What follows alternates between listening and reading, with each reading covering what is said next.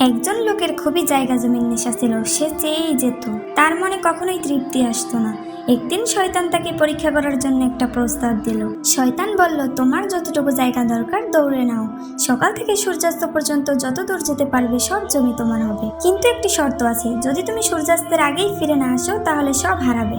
লোকটি লোভে পড়ে রাজি হলো। পরদিন সকালে সূর্যোদয়ের সঙ্গে সঙ্গেই সে দৌড় শুরু করলো। সে একটুও থামলো না, যত দূর যায় তত বেশি জমি তার হবে, এই ভাবনায় সে দৌড়াচ্ছিল। মাঝে মাঝে তার মনে হতো ফিরে যাওয়া উচিত, কিন্তু লোভ তাকে থামতে দেয়নি। জমি যত বেশি হবে তত ভালো, এই চিন্তায় সে আরো সামনে এগিয়ে যেতে থাক। তবে সূর্য ক্রমেই পশ্চিম দিকে ঢলতে শুরু করলো। লোকটি বুঝলো এখন তাকে ফিরতে হবে, কিন্তু এতটা দূর আসার পরে ফিরে যাওয়া খুব কঠিন। সে দৌড়াতে শুরু করলো, কিন্তু শরীর ক্লান্ত, তবু সে থামলো না।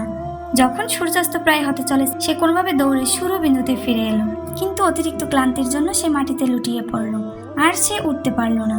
অতিরিক্ত লোভের কারণে সে তার জীবনটাই হারালো।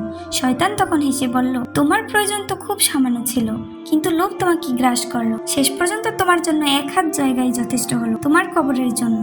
এই গল্প থেকে আমরা শিখতে পারি, লোভ কখনোই তৃপ্তি আনতে পারে না, বরং তা ধ্বংসের পথে নিয়ে যায়।